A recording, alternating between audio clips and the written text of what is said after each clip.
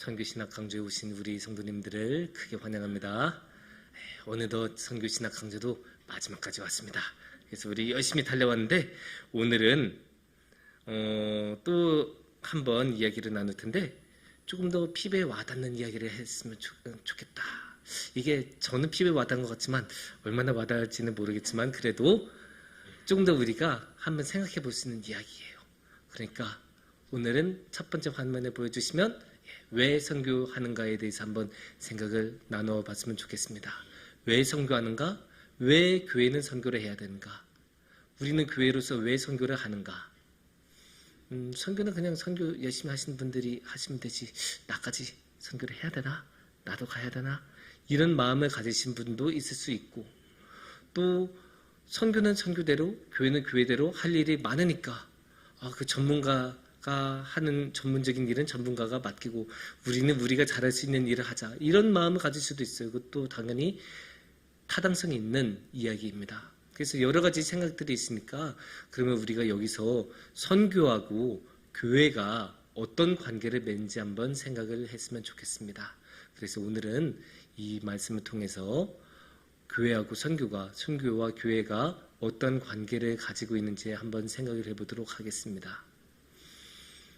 성경에는 수많은 교회들이 나옵니다. 알고 보면 정말로 많은 교회들이 나와요. 아이고 좀 작기는 한데 그래도 하나씩 보면 에베소 교회도 있고 고린도 교회도 있고 안디옥 교회도 있고 빌라델피아 교회, 로마 교회, 데살로니가 교회, 사대 교회, 버가모 교회, 예루살렘 교회 등등등등등 아주 많은 교회들이 우리 성경 말씀을 보면 여러 교회들이 나타납니다. 이 많은 교회들 중에서 선교에 관해서 우리가 특히 한번 생각해 봐야 되는 교회들은 두 개가 있습니다. 하나는 예루살렘 교회, 또 하나는 안디옥 교회. 그래서 먼저 예루살렘 교회부터 이야기를 나눠볼 텐데 이 예루살렘 교회는 사실 신앙생활 조금 해보신 분이면 누구나 한 번씩은 들어본 교회죠. 물론 이제 예루살렘 교회라는 이름으로는 안 나왔다고 하더라도 이 예루살렘이 우리 성경에서 중요한 역할을 한다는 것은 다 알지 않습니까? 유대인들의 문화적인 신앙적인 중심지가 예루살렘이었고 이 예루살렘에서 예수님이 십자가에서 돌아가시고 부활을 하셨고 그렇기 때문에 이 예루살렘은 다른 어느 곳보다 더 큰 상징성을 가질 수밖에 없습니다. 그래서 너무나 중요한 도시고 너무나 중요한 교회입니다.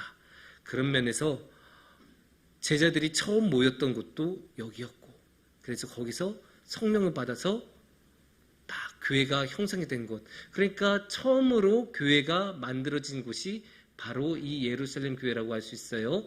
이게 신학자들은 대부분 성령 임재 받으면서 강림절 때 성령 임재 받으면서 제자들이 모여서 그렇게 하나가 된 공동체를 최초의 교회로 보거든요. 그렇게 생각하면 예루살렘의 교회는 첫 번째 교회가 될 수밖에 없어요. 이에 반해서 안디옥 교회는 그렇게까지 유명하지는 않아요. 최소한 예루살렘 교회만큼 유명하지는 않아요. 하지만 안디옥 교회도 사실 굉장히 중요한 교회이고 무엇보다 중요한 도시입니다. 안디옥이 우리한테는 그렇게 알려져 있지 않을 수는 있지만 이래봬도 안디옥은 그 어마어마하고 큰 강대한 로마 제국 중에서도 두 번째, 세 번째까지 컸었던 도시였다고 해요. 그러니까 어마어마한 도시예요. 로마 다음으로 1, 2등을 다쳤던 도시라고 생각하면 됩니다. 도시로만 보면 예루살렘보다 훨씬 컸던 게 안디옥이에요. 도시 자체로 하면 예루살렘은 그렇게 크지는 않아요. 예루살렘은 이스라엘 민족에게나 중요했던 도시지 로마 제국에서는 그렇게까지 큰 도시는 아니었습니다. 하지만 안디옥은 무역의 중심지였어요. 동쪽, 서쪽을 이어주는 무역의 중심지였기 때문에 안디옥은 아주 융성하고 아주 큰 도시였습니다. 그렇게 큰 도시에 있는 안디옥 교회니까 사람들도 많이 모이고 많은 풍성함을 누렸을 가능성이 높습니다. 이렇게 예루살렘 교회와 안디옥 교회는 각기 다른 특성을 가지고 있습니다. 그래서 이렇게 각기 다른 특성에서 이 특성을 어떤 특성을 가지고 있는지를 알아보려면 다시 한번 성경 말씀을 봐야죠. 그래서 이제 먼저 예루살렘 교회에 대해서 보려면 사도행전 2장 46절을 우리가 함께 보면 좋습니다. 날마다 마음을 같이하여 성전에 모이기를 힘쓰고 집에서 떡을 떼며 기쁨과 순전한 마음으로 음식을 먹고. 이게 예루살렘 교회가 처음 성령을 임재를 받고 제자들이 모였을 때의 모습을 묘사하고 있는 거거든요. 그래서 여기서 아주 중요한 구절이 나오죠. 성전에 모이기를 힘쓰고. 그러니까 예루살렘 교회는 모이는 교회라고 할 수 있어요. 함께 모이고 함께 지키고 함께 하고 함께 생활하고 공동체로서 생활하고. 이게 별거 아닌 것 같아 보일 수는 있지만 이때는 대단한 거죠. 왜냐? 이때 예수님은 처형당했었잖아요. 정치범으로 처형을 당했어요. 우리가 보기에는 신앙으로 이제 돌아가셨지만 로마 제국의 형벌을 받아서 십자가로 사형을 당하신 것으로 보면 교회 밖의 사람들이 보기에는 그냥 정치범인 거예요. 그러면 정치범을 믿는 사람들이 모였다는 것 자체가 그러면 역모를 꾸미는 그런 게 될 수 있죠. 내란, 역모 이런 거를 꾸미는 사람들로 몰리기가 너무나 쉬운데 그런 거에 개의치 않고 그래도 모였어요. 성령님이 계시니까, 예수님이 원하시니까 그래도 모였었던 게 예루살렘의 교회입니다. 그래서 예루살렘 교회는 모이는 교회라고 할 수 있습니다. 이에 반면에 이 안디옥 교회는 조금 더 다른 특성을 가지고 있어요. 안디옥 교회의 특성을 알아보려면 오늘의 말씀 13장 1절에서 3절을 봐야 되는데 먼저 1절을 보겠습니다.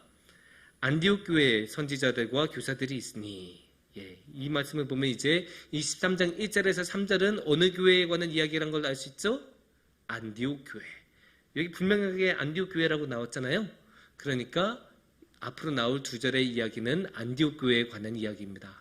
그러면 어떤 이야기를 하냐? 3절을 먼저 보시면 이에 금식하며 기도하고 두 사람에게 안수하여 보내니라. 보냈다고 했어요. 이 보냈다는 말을 보면 우리는 곧바로 떠올려야 되는 단어가 있어야 돼요. 뭡니까? 선교. 당연히 선교가 떠올라야 돼요. 보내는 것. 그것도 두 사람을 안수해서 보낸다. 그냥 보내는 것도 아니야. 안수해서 보낸다. 이거는 뚜렷한 신앙적인 목적을 가지고 보내는 거잖아요. 그거를 다른 말로 하면 뭡니까? 파송. 선교를 위해서 파송을 하고 있는 거예요. 2절을 보면 조금 더 자세하게 구체적으로 이 말씀을 보충하고 있어요. 주를 섬겨 금식할 때 성령이 이르시되 내가 불러 시키는 일을 위하여 바나바와 사울을 따로 세우라 하시니. 그러니까 안디옥 교회가 그냥 아무나 너 잘하겠네. 너라면 선교 잘할 거야. 그러고 세워서 보낸 게 아니에요. 누가요? 성령님이 오셔서 성령님이 선택하시고 성령님이 안수하라, 성령님이 보내라라고 세우라라고 하셔서 세워진 게 바울과 바나바고, 이 사울과 바나바를 성령님의 그 명령에 따라서 보낸 게 안디옥 교회입니다.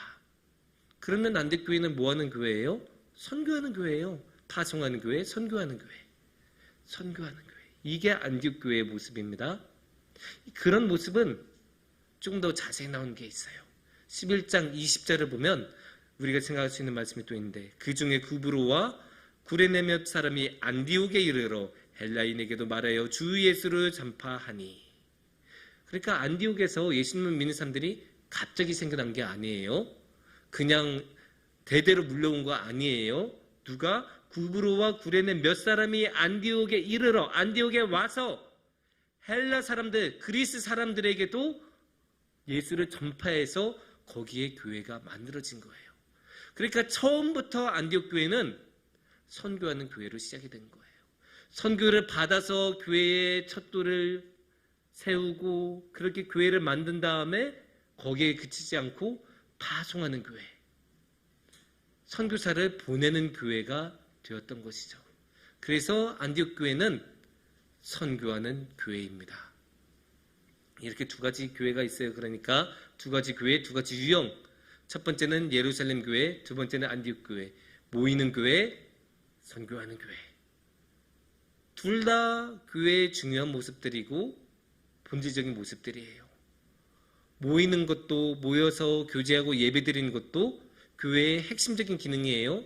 선교도 아주 중요한 본질적인 기능이에요. 그래서 둘 중 어느 것이 낫다 함부로 말할 수가 없어요. 그런데 우리가 항상 하는 말이 있죠. 실력 있는 사람은 결과로 보여준다. 그러니까 이 결과로 봐야 돼요. 열매로 봐야 될 때가 있어요. 그러면 각기 그 교회들이 어떤 열매를 맺는지 한번 볼게요. 예루살렘 교회 같은 경우는 어떤 열매를 맺느냐? 그것을 보려면 사도행전 6장 1절을 봐야 합니다. 그때 제자가 더 많아졌는데 헬레파 유대인들이 자기의 과부들이 매일의 구제에 빠짐으로 히브리파 사람을 원망하니.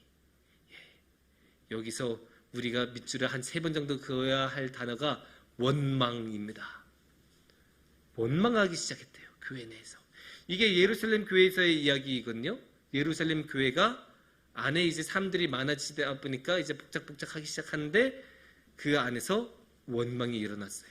왜 원망이 일어났습니까? 여기 2가지 파가 나오죠. 헬라파하고 히브리파. 이 두 집단 사이에서 갈등이 일어난 거예요. 그냥 어느 누군가가 기분이 나쁘다 하고 뭐 몇 명이 그냥 개인으로서 싸운 게 아니고 두 집단이 교회 안에서 생긴 거예요.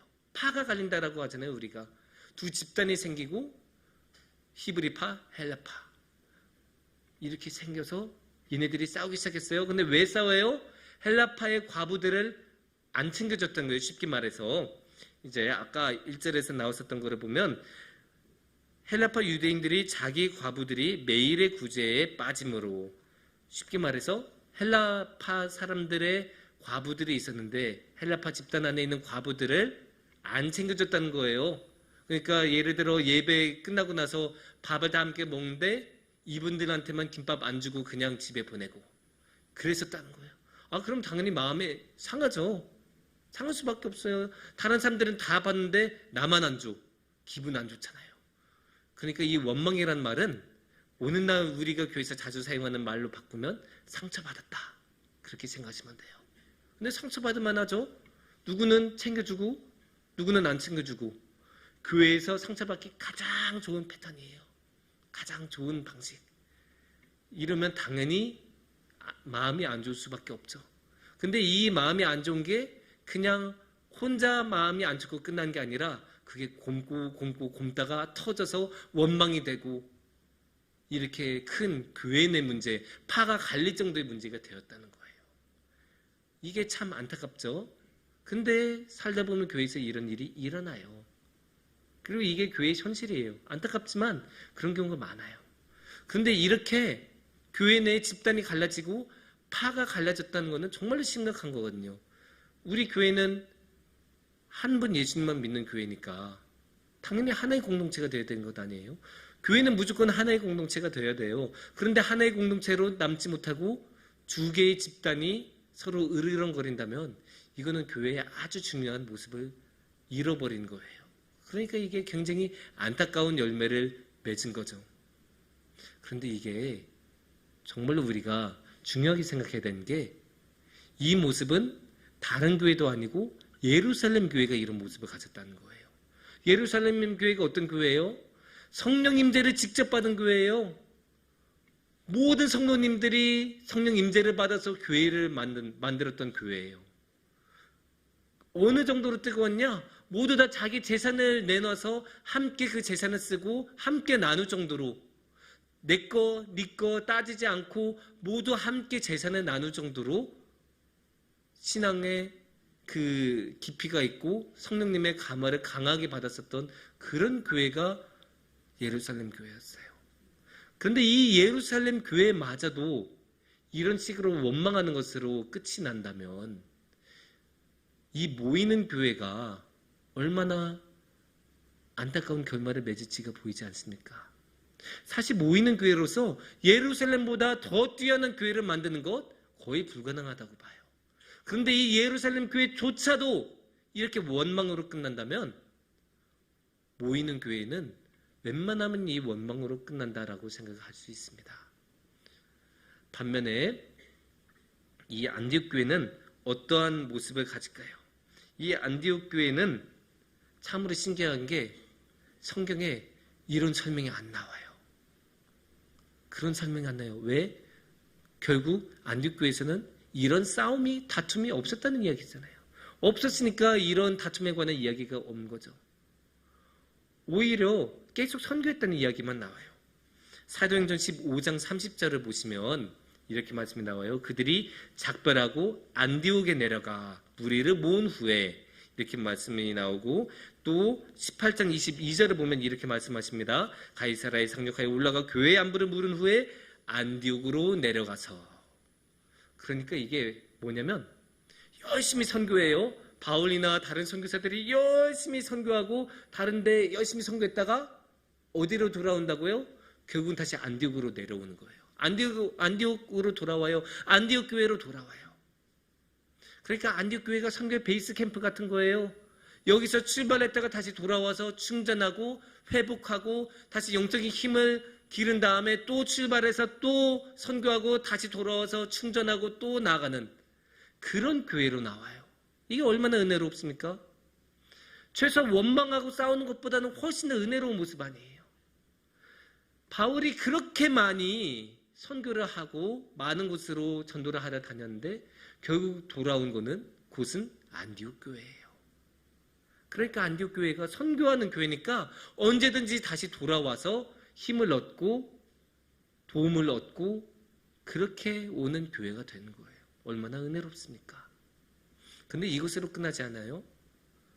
여기선 이 안디옥 교회는 또 한 가지 아주 중요한 게 있어요. 사도행전 11장 26절을 보시면 이렇게 말씀하십니다.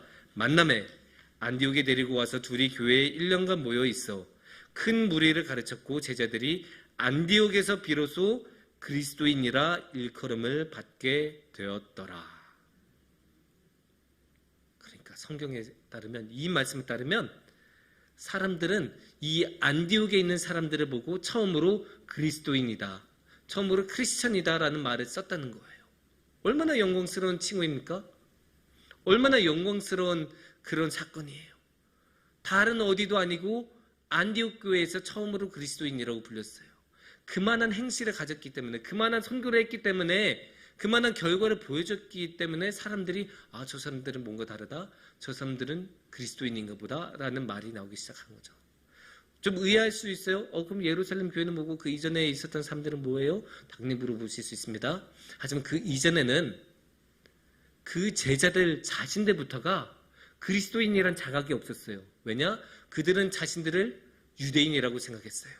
종교적으로도 민족적으로도 유대인이라는 정체성을 가지고 있었어요. 단지 우리는 이 유대교를 더 올바르게 제대로 믿는 사람들이다. 이 예수님을 통해서, 예수님이 깨우쳐진 말씀을 통해서 우리는 유대교를 더 정확하게 정통으로 제대로 믿는 사람들이다라고 믿었던 게 제자들이에요. 그러니까 이분들은 아직도 유대교 문화나 이런 거에 익숙한 분들이고, 그렇게 태어났던 사람들이고, 그렇게 배우고 가르침을 받았던 사람들인데, 그에 반면에 이 안디옥에 있는 사람들은 처음부터 헬라 사람들로 시작했다고 했잖아요. 그리고 이 사람들은 유대교에 비친 게 별로 없어요. 그러니까 자신을 유대인이라고 생각하지 않고 최초로 그리스도인이라고 불림을 받으면서 예수님을 믿는 사람들, 크리스천이라고 스스로 말하고 정체성을 갖기 시작했던 거예요. 이렇게 선교하는 교회니까 계속 선교만 할 뿐만 아니라 이렇게 그리스도인으로서의 자각도 처음으로 가질 수 있었습니다. 그렇게 보면 안디옥 교회가 최초의 기독교 교회라고 말할 수 있을 정도로 처음으로 그리스도인으로 불림을 받았다 한다고 합니다. 이렇게 보면 우리가 다시 한번 정리를 해볼 수 있어요. 한번 정리를 해보면 예루살렘 교회가 있고 안디옥 교회가 있죠. 그래서 예루살렘 교회는 모이는 교회고 안디옥 교회는 선교하는 교회입니다. 구성원은 예루살렘 교회는 유대인 중심인데 안디옥 교회는 이방인이 중심이고, 결과가 어떻게 되었냐? 예루살렘 교회는 원망으로 끝나고 안디옥 교회는 계속 선교를 하면서 최초로 그리스도인이라고 불리는 교회가 되었습니다. 이렇게 보면 우리가 추구해야 될 길은 명확하지 않습니까? 우리가 어떤 교회가 되어야 할까요? 아무래도 모이는 교회가 되었다가 원망하는 교회가 되기보다는 선교하는 교회로 열심히 활동하면서 계속 선교를 하면서 그리스도인으로 불리는 게 훨씬 낫지 않겠습니까? 너무나 명확해요. 근데 이게 이유도 명확해요. 그 교회가 안에 자기들끼리만 있으면 내부적으로 고여요. 물이 고이면 썩기 마련이다라는 말을 하잖아요. 그래서 고이고 고이다 보면 자기들끼리만 아웅다웅하고 그러다 보면 쓸데없이 예민해지고 정말로 작은 별것도 아닌 것 때문에 싸우기 시작하고 그렇게 싸우기 시작하면 균열이 일어나고 교회가 쪼개지고 굉장히 큰 불상사가 일어나죠. 하지만 이 선교하는 교회는 그런 일이 웬만하면 일어나지 않아요. 왜냐? 가지고 있는 모든 힘을 밖으로 쏟으니까. 안에 축적하는 게 아니라 밖으로 쏟으니까 계속 눈이 밖을 향해요. 어떻게 하면 선교를 더 잘할까? 어떻게 하면 더 전도를 잘할까? 어떻게 하면 더 나아갈 수 있을까? 그거를 고민합니다. 그러면 안에서 싸울 그런 여유가 없어요. 안에서 싸울 이유도 없어요. 그저 밖으로 가서 어떻게 하면 한 영혼이라도 더 구할까? 그 방법을 고민하고 거기에 대해서 어떻게 더 잘할까? 신경 쓰고 또 안에서 뭔가를 하기보다 밖으로 나가려고 하니까 모든 것이 밖에서 이루어지죠. 그러니까 이 선교하는 교회는 웬만하면 싸우지 않습니다. 그래서 우리는 원망하고 싸우는 교회가 되기보다는 선교하면서 주님께 나아가는 교회가 되어야 하지 않겠습니까? 사랑하는 성도님들, 우리는 교회로서 선교를 해야 돼요. 그리고 이 선교라는 것을 왜 해야 되냐 물어보면 선교는 교회 자신에게도 유익합니다. 단지 우리 교회가 하나님이 시키셨으니까 예수님이 하셨으니까 우리도 한다 그런 남이 해서 우리도 한다 이런 것이 아니라 우리 자신을 위해서 우리 교회를 위해서 선교가 필요해요. 선교는 유익해요. 그래서 선교를 할 때 우리는 교회가 분열되지 않고 교회로서 아름답게 계속 나아갈 수 있습니다. 그렇게 우리가 함께 나아갔으면 좋겠어요. 우리 속담도 있지 않습니까? 구르는 돌에는 이끼가 끼지 않는다.